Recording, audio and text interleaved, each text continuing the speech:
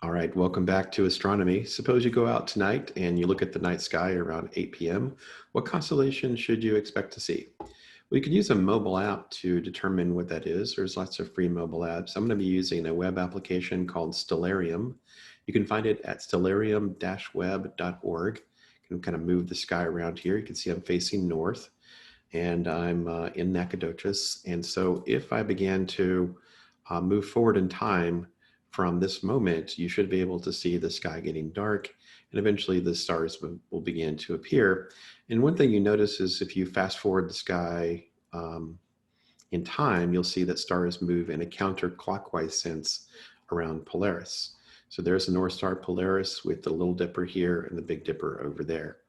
So again, as I move forward in time, stars move counterclockwise. Remember that, counterclockwise around the north celestial pole. Let's move back over here to 8 p.m. I'm just going to get it close to it. I think that's going to be, let's see, 2200 hour, like that. So this is what it looks like tonight at 8 p.m. So you should be able to face north, look over to the right and see the Big Dipper with the two pointer stars pointing right over here. And let's look over here toward the south. There's the south right there. And so at 8 p.m. we should expect to see Orion pretty much on the meridian like this with the 3 stars for the belt. And then you see Betelgeuse and Rigel, a reddish color star, bluish color star, follow the belt of Orion down here and see if you can see Sirius tonight at 8 p.m. Let's see if there's any other or any planets up in the night sky. You can see that tonight you should expect to see a reddish color star over here to the right of Orion. That's going to be Mars, and Uranus will be too dim for you to see with your naked eye. And if you look on the horizon around 8 p.m., you should see the crescent moon. All right, so see if you can see all of that. And if you have a clear view of the south horizon, it looks like you would actually see this bright star called Canopus, relatively same brightness as Sirius, a little bit dimmer than that. All right, so look for all of those things. Orion, Sirius, Mars, the moon, and then let's see, facing back north again, let's see, the North Star, Little Dipper, that's hard to see, but the Big Dipper you might be able to see, especially as the night goes on. You'll see that the Big Dipper will move counterclockwise going up and around Polaris. Now I have the other window open at a different location. I put myself in Sydney, Australia. See if I can zoom back and show you where I'm at. There I am in the land down under, like that. Okay, and so now I'm facing south, and I'm going to let time go forward here. I hope I got it set up properly.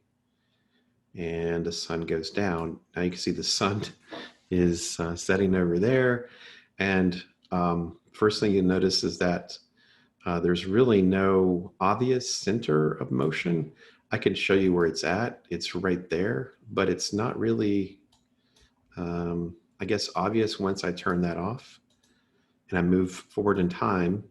You'll notice also that stars are moving clockwise around that point. Here's a couple of constellations right here.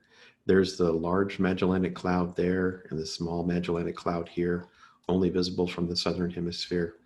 The Milky Way visible right there. And so there's really no south star. So that's one of the things I wanted to show you. There's really no south star. We kind of got lucky that we have Polaris close by, the north celestial pole. And the other thing is that stars in the southern hemisphere rotate counterclockwise. All right, those are things I wanted you to show. I wanted to show you about the movement of the sky in the northern and southern hemisphere. Oh, it looks like Venus comes up in the morning. So let's see what that's all about. Let's see, going over to here and then going back to Nacogdoches.